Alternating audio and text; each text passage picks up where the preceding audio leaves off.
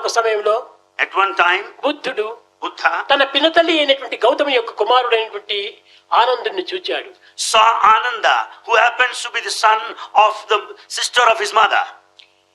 కృష్ణుడు అనగా బుద్ధుడు తన యొక్క స్థితిని పూర్తి నిర్వాణ స్థితికి తెప్పించుకున్నాడు.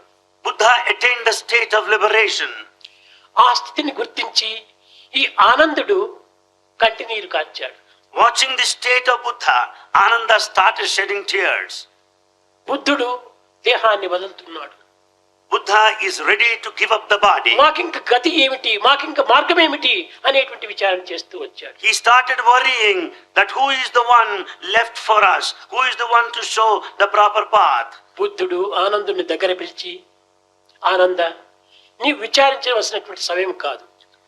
Buddha summoned Anand to come close and said, నేను నిర్వాణమునకు అత్యంత సమీపంలో ఉన్నాను. I am very close to liberation. నీవు కూడాను ఇట్టి నిర్వాణమునకు సమీపుడు కమ్ము.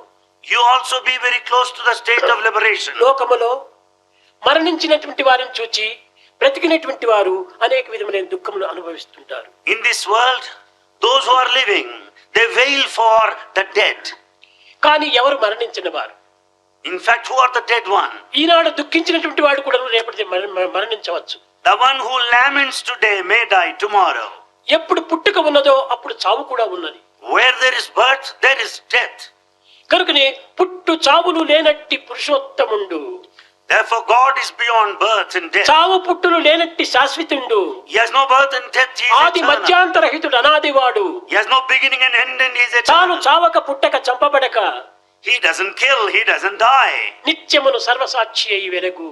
He is an eternal witness that shines. కనుకనే ఒక దైవత్వమునకు తప్ప సామాన్య మానవత్వమునకు పుట్టు చావులు రెండు కూడాను సహజమైనటువంటివి. Excepting to the divine, the birth and death are quite natural to mankind. ఇవి రెండు కూడాను తప్పవు.